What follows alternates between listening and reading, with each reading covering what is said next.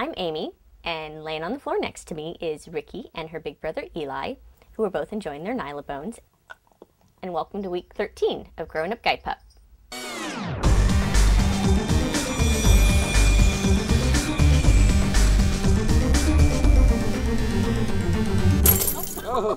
So those of you who have been watching all the episodes know I have a co-raiser named Elizabeth who helps me out raising Ricky. And this week Elizabeth went to the dentist and took Ricky with her. This was a new experience for Ricky because, well, there's lots of different noises, different smells, and, well, most people don't like the dentist, so what makes you think a dog would be comfortable at the dentist? So these dogs need to go everywhere with their partners when they grow up, and the dentist is no exception. Ricky did a fantastic job. She laid down next to the dentist chair while Elizabeth got her teeth cleaned and didn't seem to mind any of the noises of the polisher or the spit-sucking thing, and just overall did an excellent job. Another thing these puppies need to learn is good house manners, not only at our house, but other people's houses. This week we went and had dinner at my parents' house, and we took Ricky, and we even took Eli with us because, well, Eli loves going to his grandma and grandpa's house. We don't have a really big enclosed backyard, and, well, my parents do, so the dogs like to go over there and explore and play.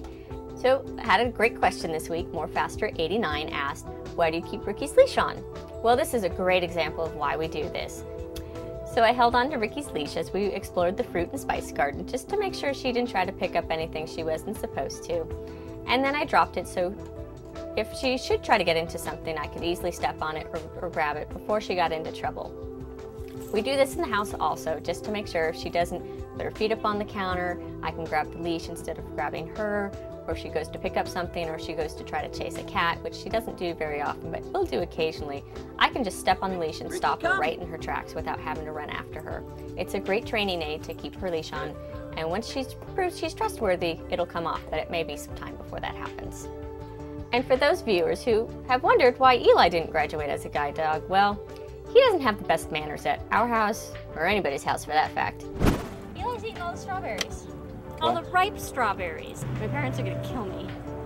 Eli has managed to eat almost all the ripe strawberries and leaving the ones that are not ripe. He loves strawberries, and I guess he can tell which ones are ready to eat and which ones are not. Eli. And if you're wondering why he isn't on a drag line, well, as a puppy, as soon as you put it on him, he'd chew right through it. So he knows exactly what it does, and, well, made it so I couldn't use it. Eli through the... He actually fit through that? So I thought I'd share a fun fact with you guys. Those of you who watched week 8 and met our first guide dog puppy, Macklin, know that he made a huge impact on our lives and also my family's lives. So one example is this. This is the Macklin door. So when Macklin was about 6 months old, we were over at my parents' house, and he accidentally ran through the screen door. He didn't realize it was there and put a huge hole in it. Well, my parents' dogs liked the door, so they started using it instead of their own dog door when the screen door was open. So my parents ended up replacing the screen, but because every dog was used to going in and out of the screen door that Macklin made, they kept it very similar. So it has always been called the Macklin door.